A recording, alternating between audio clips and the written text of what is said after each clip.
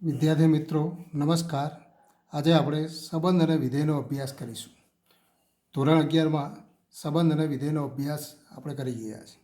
સંબંધ, વિધેય, એના પ્રદેશ, એનો વિસ્તાર, સહપ્રદેશ તથા વિધેયોના વિવિધ પ્રકારોનો અગાઉ આપણે અભ્યાસ કરી ગયા છે.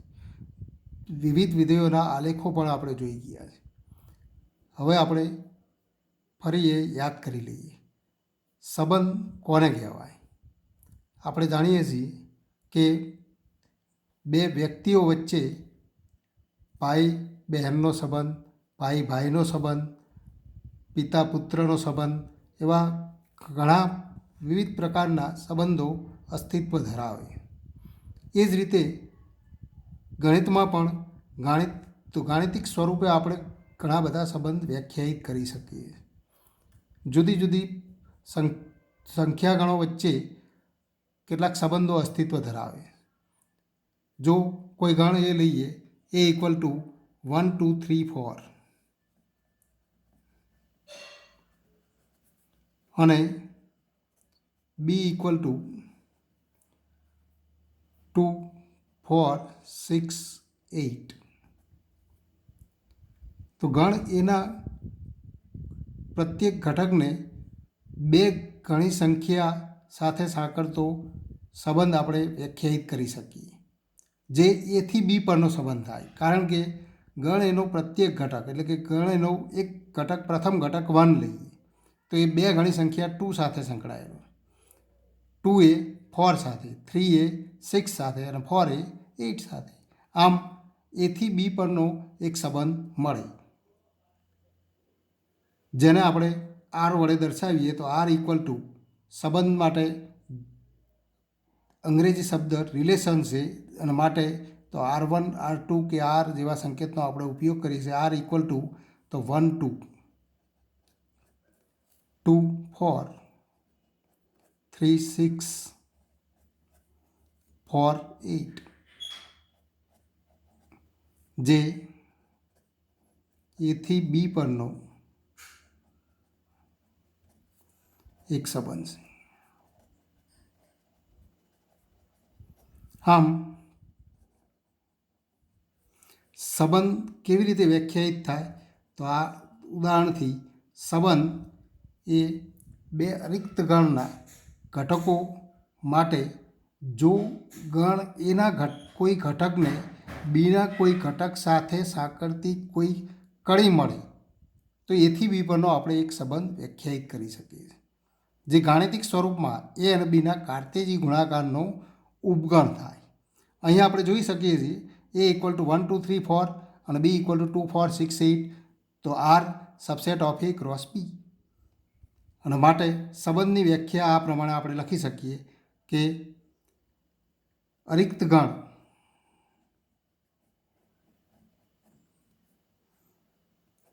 A અને B માટે A ક્રોસ Bના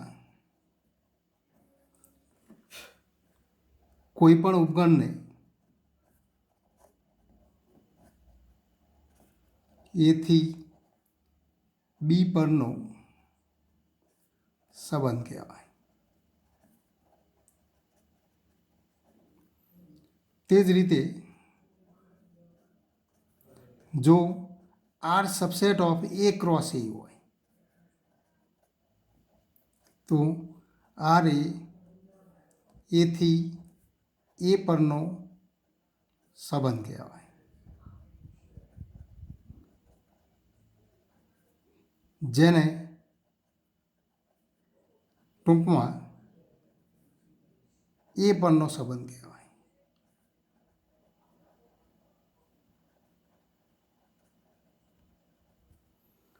હવે આપણે જોઈ શકીએ છીએ કે phi subset of A cross A, કારણ કે ખાલી ગણ એ કોઈ પણ ગણનો ઉપગણ થાય જ માટે, તો તેથી આપણે કહી શકીએ phi એ A પરનો સંબંધ છે, જેને રિક્ત સંબંધ કહેવાય.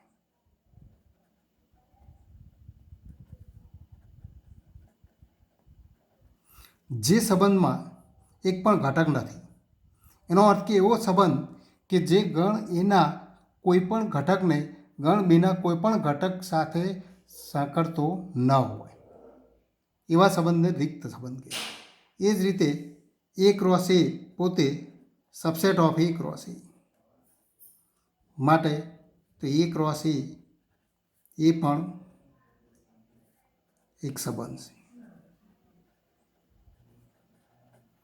જેને સાર્વત્રિક સંબંધ કહેવાય.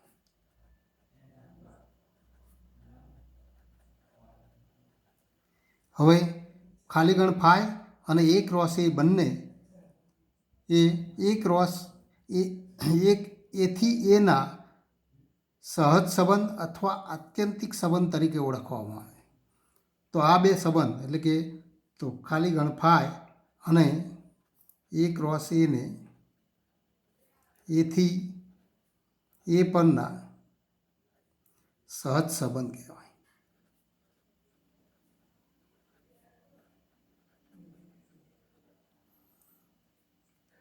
હવે આપણે સંબંધના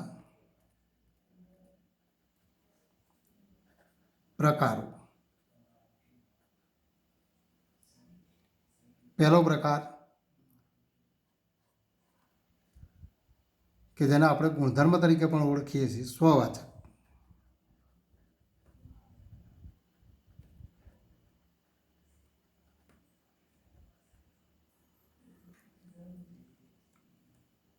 આર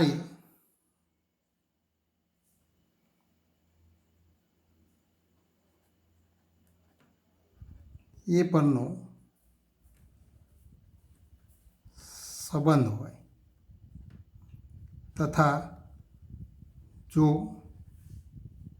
પ્રત્યેક એ બિલોંગ્સ ટુ એ માટે ક્રમિક જોડ એ બિલોંગ્સ ટુ આર થાય તો આર સ્વવાચક છે.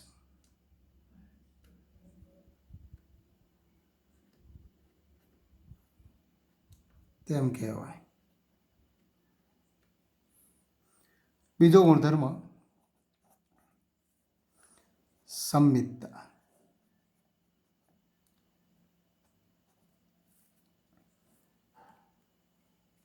જો આર એ પરનો સંબંધ હોય તથા જો A B belongs to R implies B A belongs to R થાય તો આર એ સંમિત સંબંધ.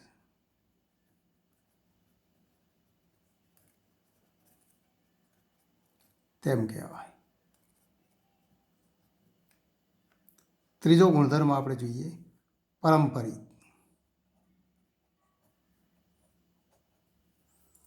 જો આર એ પરનો સંબંધ હોય તથા જો પ્રત્યેક એ બી બિલોંગ્સ ટુ આર અને બીસી બિલોંગ્સ ટુ આર માટે એસી બિલોંગ્સ ટુ પણ આર થાય તો આપણે કહી શકીએ તો આર એ પારંપરિક સંબંધ છે. હવે આપણે સમજીએ કે સ્વવાચક સંબંધ. આર એ પરનો સંબંધ હોય તથા જો પ્રત્યેક એ બિલોંગ્સ ટુ એ માટે એ બિલોંગ્સ ટુ આર થાય. એનો અર્થ કે એમાં રહેલા પ્રત્યેક ઘટક માટે ક્રમિક જોડ એ આરમાં હોય તો એવો સંબંધ એ સ્વવાચક સંબંધ કહેવાય. એ જ રીતે સંમિત સંબંધ તો આરમાં રહેલી કોઈ પણ ક્રમયુક્ત જોડ એ બી માટે એનો ક્રમ ઉલટાવવામાં આવે અને નવી મળતી જોડ બી એ પણ આરમાં હોય તો આર એ સંબિત સંબંધ છે એમ કહી શકાય. અને પરંપરિત સંબંધ માટે તો આરમાં રહેલી એવી ક્રમયુક્ત જોડની જોડ, એનો અર્થ કે પ્રથમ ક્રમિક જોડ એ બી લઈએ તો બીજી એવી જોડ મળે કે પ્રથમ ઘટક બીથી શરૂઆત થતું હોય, એવી અન્ય જોડ કે જેની મદદથી મળતી જોડ એસી એ પણ આરમાં થાય. એટલે કે જો એ બી અને બીસી આરમાં હોય તો એસી પણ આરમાં થવું જોઈએ. આવું આરમાં રહેલી પ્રત્યેક બે જોડ માટે થાય તો આપણે કહી શકીએ કે આર એ પરંપરિત સંબંધ.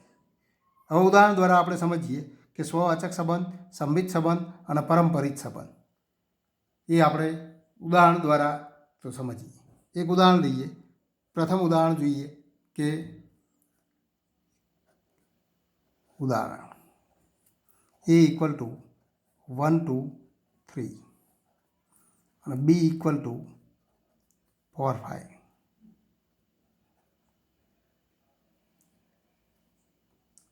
એથી એ પરનો આપણે સંબંધ લઈશું આર ઇક્વલ ટુ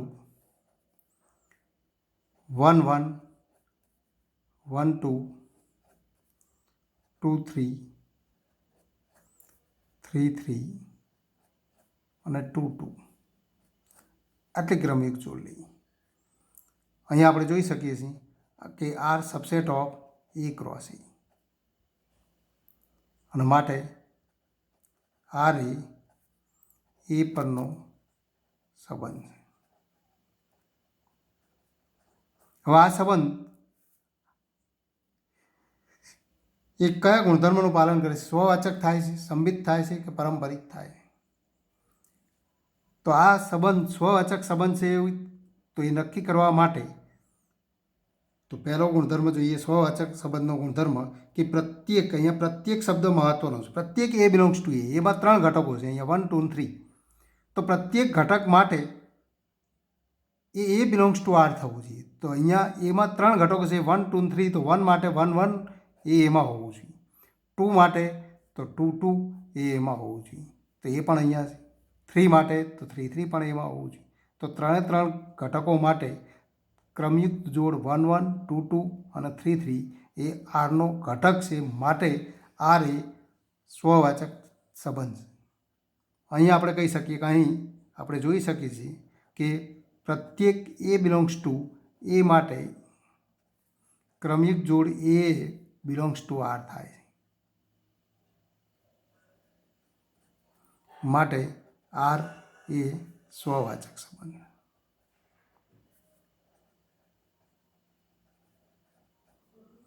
આ સંબંધ સંમિત સંબંધ થાય કે કેમ? સંમિત સંબંધ માટે આપણે જોઈ ગયા કે આરમાં રહેલી પ્રત્યેક જોડ એનો ક્રમ ઉલટાવવામાં આવે તો મળતી જોડ પણ આરમાં થવી જોઈએ. અહીં આપણે જોઈ શકીએ છીએ 1 1 બિલોંગ્સ ટુ આર, પણ ક્રમ ઉલટાવીએ તો 1 1 જ મળે જે આરનો ઘટક થાય. 1 2 બિલોંગ્સ ટુ આર, પણ એનો ક્રમ ઉલટાવીએ તો 2 1, પણ 2 1 એ આરમાં નથી. માટે આ સંબંધ આર એ સંબિત સંબંધ નથી. એના માટે આવું પ્રત્યેક ઘટક માટે જો ક્રમ ઉલટાવતા મળતી જોડ એ આરમાં જ મળે તો આર એ સંબિત સંબંધ થાય. પણ અહીંયા એક જોડ આપણને મળે કે જેનો ક્રમ ઉલટાવતા આરમાં નથી.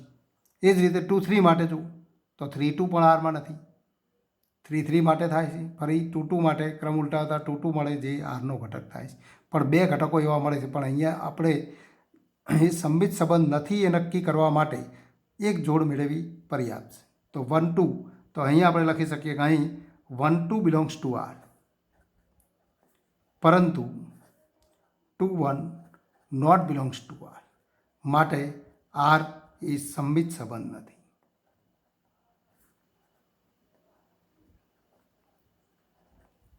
એ જ રીતે આ સંબંધ પરંપરિત સંબંધ થાય છે કેમ?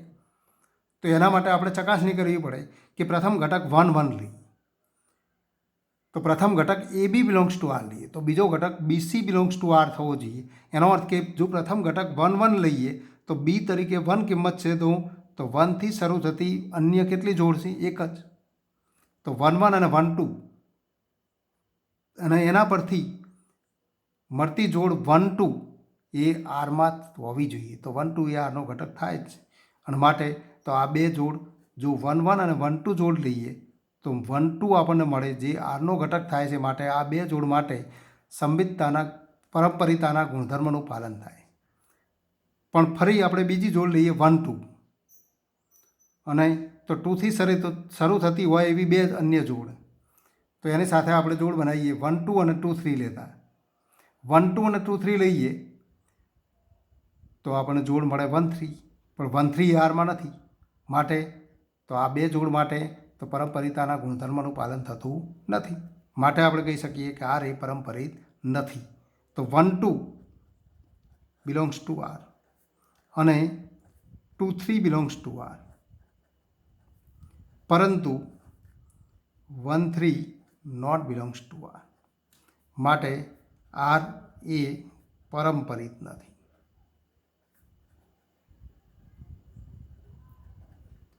હવે આપણે અન્ય બીજું ઉદાહરણ જોઈએ. ઉદાહરણ નંબર 2.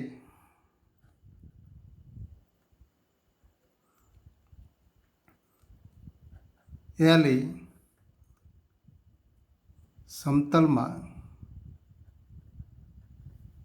રહેલ તમામ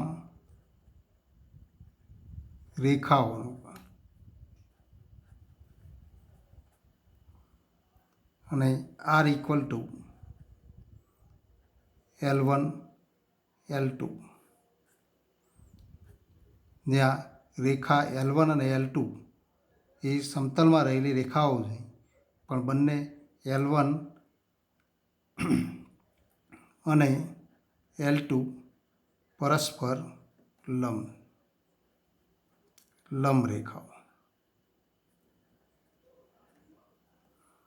એનો અર્થ કે આરમાં ક્રમિક જોડ L1 L2 એ આરનો ઘટક થાય એવું આપણે ત્યારે જ કહી શકીએ કે L1 અને L2 પરસ્પર લંબ રેખાઓ. હવે L1 અને L2 પરસ્પર લંબ રેખાઓ તો લંબ રેખાઓ હોય ત્યારે એ બંને આ સંબંધ આર દ્વારા જોડાયેલા. તો આ સંબંધ સ્વવાચક સંબંધ થાય કેમ? સ્વવાચક સંબંધ માટે પ્રત્યેક L1 બિલોંગ્સ ટુ L માટે તો પ્રત્યેક L1 બિલોંગ્સ ટુ L માટે L1 L1 ક્રમિક જોડ આરનો ઘટક થવો જોઈએ.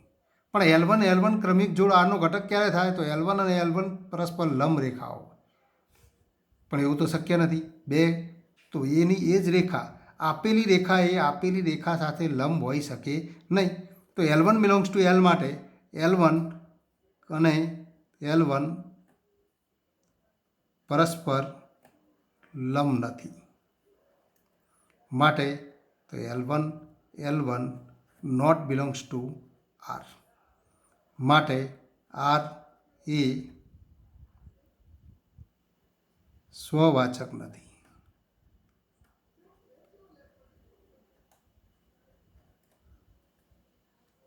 હવે આપણે આગળ જઈએ.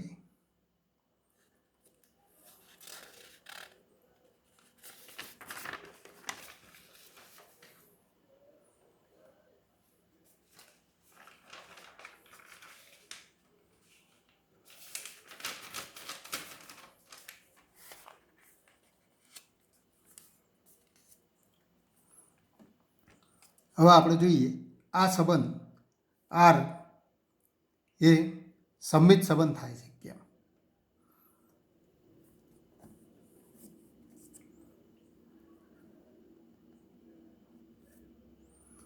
L1 L2 belongs to R. દાખલા તરીકે કોઈ ઘટક કોઈ જોડ L1 L2 belongs to R. એનો અર્થ કે ઇમ્પ્લાઇઝ L1 લંબ L2. L1 અને L2 લંબ રેખાઓ. તો આપણે કહી શકીએ કે L2 એ L1 ને લંબ થાય જ. એનો અર્થ કે ક્રમિક જોડ L2 L1 belongs to R. માટે આપણે કહી શકીએ માટે આર એ સંમિત સંબંધ.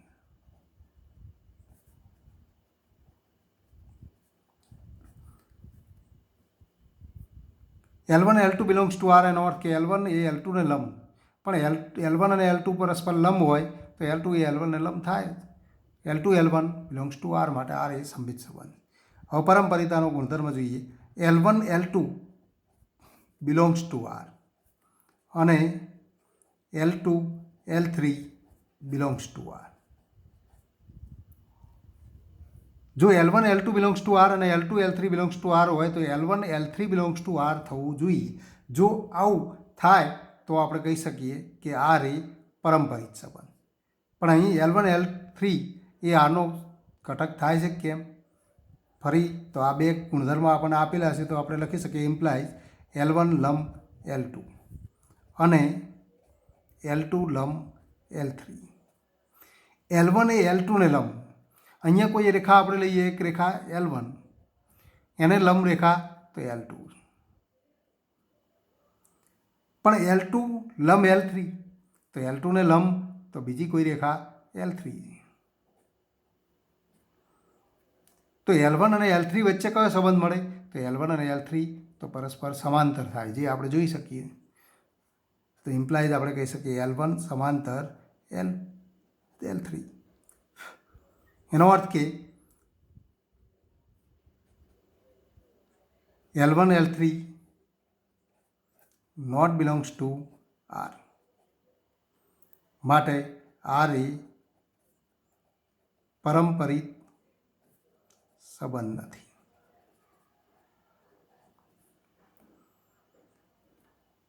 હવે જો કોઈ સંબંધ સ્વવાચક, સંમિત અને પરંપરિત ત્રણ ગુણધર્મોનું પાલન કરતો હોય તેવા સંબંધને સામ્ય સંબંધ કહેવાય.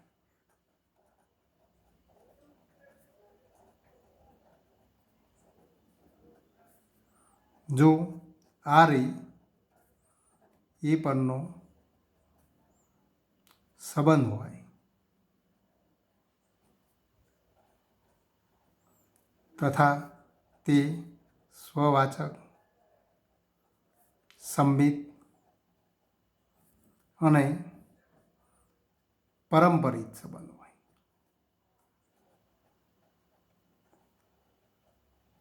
તો તે સામ્ય સંબંધ છે એમ કહેવાય.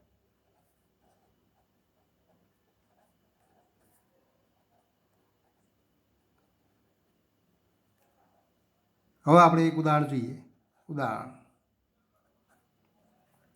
A equal to 1 2 3, R equal to 1 1 2 2 3 3, 1 2 2 1.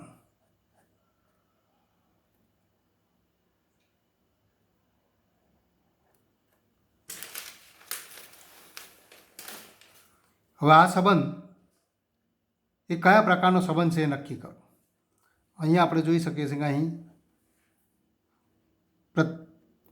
તો પ્રત્યેક એ બિલોંગ્સ ટુ એ માટે એ બિલોંગ્સ ટુ આર થાય છે કેમ? તો જો એમાં ત્રણ ઘટકો છે 1 2 3. 1 માટે 1 1 બિલોંગ્સ ટુ આર, 2 માટે 2 2 બિલોંગ્સ ટુ આર, 3 માટે 3 3 બિલોંગ્સ ટુ આર. માટે આપણે કહી શકીએ કે અહીં પ્રત્યેક એ તો પ્રત્યેક એ બિલોંગ્સ ટુ એ માટે એ બિલોંગ્સ ટુ તો એ બિલોંગ્સ ટુ આર માટે આર એ સ્વવાચક સંબંધ.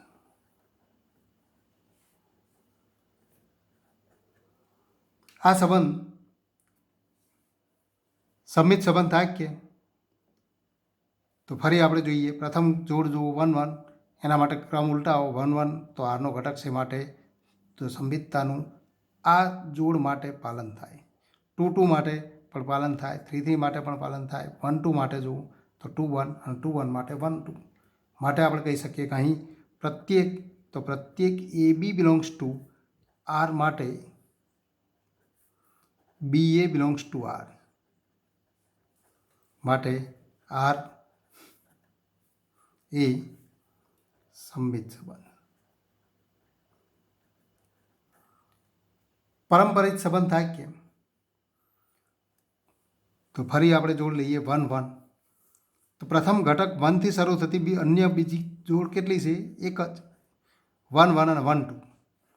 પણ વન વન અને વન ટુ માટે મળતી જોડ વન ટુ જે આરનો ઘટક માટે આ બંને જોડ માટે તો આ બંને જોડ માટે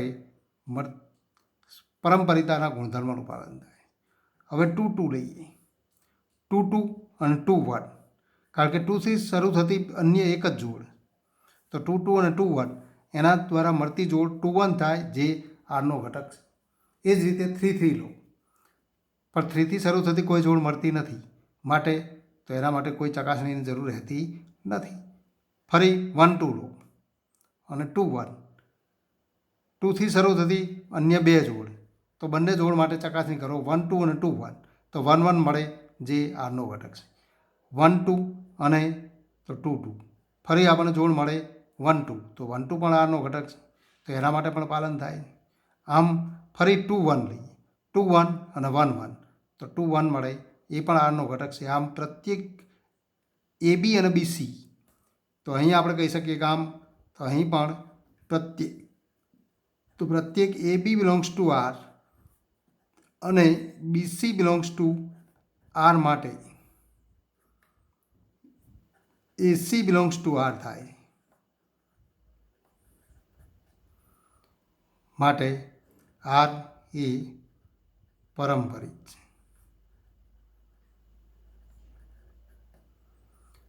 તો આર એ સ્વવાચક, સંમિત અને પરંપરિત સંબંધ, એટલે કે આર એ પરનો સામ્ય સંબંધ માટે આર એ પરનો સામ્ય સંબંધ.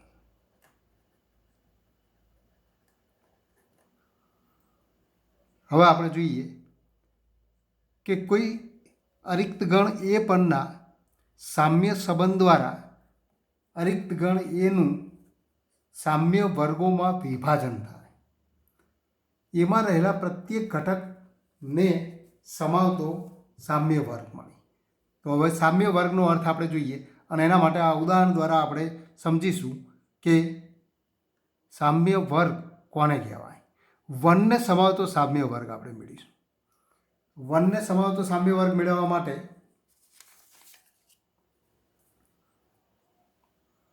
વન બિલોંગ્સ ટુ એ.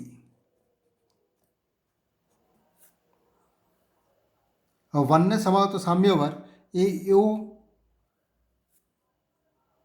ગણ છે કે જે વનની સાથે સામ્ય સંબંધ ધરાવતા તમામ ઘટકોનો ગણ. અહીંયા આપણે જોઈ શકીએ છીએ વનની સાથે વન અને વનની સાથે ટુ એ સામ્ય સંબંધ ધરાવે છે, કારણ કે one one belongs to R, one two belongs to R. વનની સાથે સામ્ય સંબંધ ધરાવતા તમામ ઘટકોનો ગણ, જેને વનને સમાવતો સામ્ય વર્ગ કહીશું. એ જ રીતે ટુને સમાવતો સામ્ય વર્ગ, તો ટુની સાથે સામ્ય સંબંધ ધરાવતો તો તમામ ઘટકોનો ગણ, અને થ્રી માટે થ્રીને સમાવતો સામ્ય વર્ગ. વન બિલોંગ્સ ટુ એ, વનને સમાવતો સામ્ય વર્ગ એને આપણે તો એ વન સંકેત વડે દર્શાવી શકીએ. એ વન ઇક્વલ ટુ એવી ક્રમિક જોડ કે વન પી, કે જ્યાં વન એ પી સાથે સામ્ય સંબંધ ધરાવે.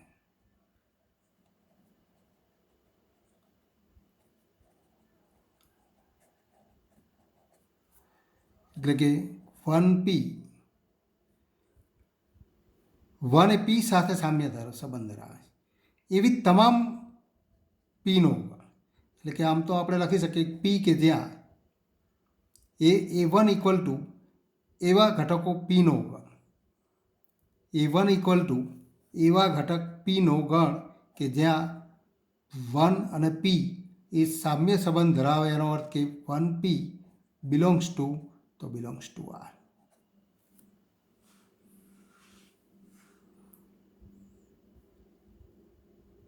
તો જેને આપણે એ વન સંકેત વડે દર્શાવીએ, જે વનને સમાવતો સામ્ય વર્ગ. એટલે કે 1p belongs to R implies પણ વનની સાથે સામ્ય સંબંધ ધરાવતા ઘટકો કયા છે? તો અહીંયા આપણે તો આરમાં ઘટકો જાણીએ જ છીએ, તો માટે સીધું લખી શકાય કે વનની સાથે વન, વનની સાથે ટુ, આ બે ઘટકો સામ્ય સંબંધ ધરાવે છે. માટે આપણે કહી શકીએ કે વન બિલોંગ્સ ટુ આર અને 1 2 બિલોંગ્સ ટુ આર. માટે E1 ઇક્વલ ટુ 1 2. હવે 2 ને સમાવતો સામ્ય વર્ગ A2 ઇક્વલ ટુ એવા ઘટક પીનો ગણ કે જે 2 ની સાથે સામ્ય સંબંધ ધરાવતો, 2p બિલોંગ્સ ટુ આર. પણ 2p બિલોંગ્સ ટુ આર તો 2 2 અને 2 1, એટલે કે તો આપણે કહી શકીએ કે 2 ની સાથે 2 અને 2 ની સાથે 1 સામ્ય સંબંધ ધરાવે છે. માટે તો એવા ઘટકો પણ તો 2 અને 1, એટલે કે 1 અને 2. 3 ને સમાવતો સામ્ય સંબંધ A3 અને ઇક્વલ ટુ, તો 3 ની સાથે સામ્ય સંબંધ ધરાવતો સંબંધ માત્ર એક જ જોડ અહીંયા 3 3 એ આરમાં છે. માટે તો આપણે કહી શકીએ 3 ની સાથે સામ્ય સંબંધ ધરાવતો ગણ એવા ઘટક P કે જ્યાં 3p બિલોંગ્સ ટુ આર. પણ એવી જોડ માત્ર 3 3 છે. માટે તો એવો ઘટક તો એક જ મળે. આમ A1 A2 ને A3 આ ત્રણ સામ્ય વર્ગો મળે. A1 એ 1 ને સમાવતો સામ્ય વર્ગ છે, જેને તો ક્યારેક સંકેતમાં આ રીતે પણ દર્શાવવામાં આવે છે, લંબચોરસ બ્રેકેટમાં 1 દર્શાવો, જે 1 ને સમાવતો સામ્ય વર્ગ છે. આ 2 ને સમાવતો સામ્ય વર્ગ છે અને આ 3 ને સમાવતો સામ્ય વર્ગ. આ ત્રણેય સામ્ય વર્ગ એ ગણ એનું વિભાજન કરે.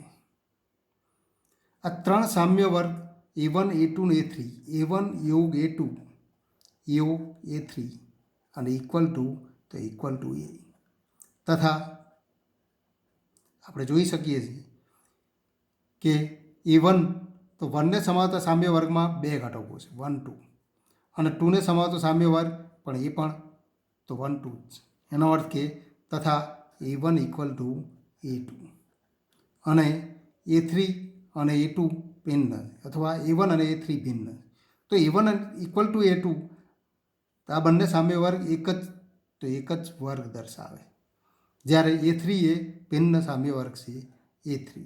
આમ બે સામ્ય વર્ગ મળે, બે ભિન્ન સામ્ય વર્ગ મળે A1 અને A3. A1 છેદ A3 ઇક્વલ ટુ 5 અને A1 યોગ A3 ઇક્વલ ટુ A થાય. આમ એનું બે ભાગમાં વિભાજન થાય. A1 એટલે કે તો 1 2 છેદ ગણ A3 એટલે કે તો 3 અને ઇક્વલ ટુ 5 અને 1 2 યોગ 3 અને ઇક્વલ ટુ 1 2 3. આમ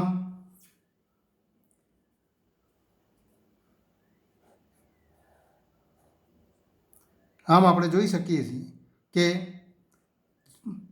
બે ભિન્ન સામ્ય વર્ગો મળે. એના આ સંબંધ આર દ્વારા બે ભિન્ન સામ્ય વર્ગમાં વિભાજન થાય. અને આ બંને સામ્ય વર્ગ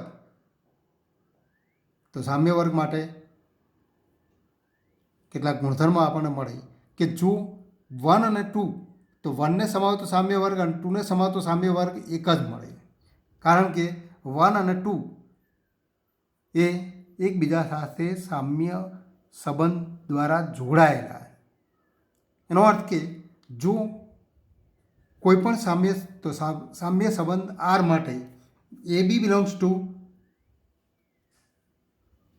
A અને B બિલોંગ્સ ટુ આર હોય, તો એને સમાવતો સામ્ય વર્ગ A અને B ને સમાવતો સામ્ય વર્ગ તો એક સમાન મળે.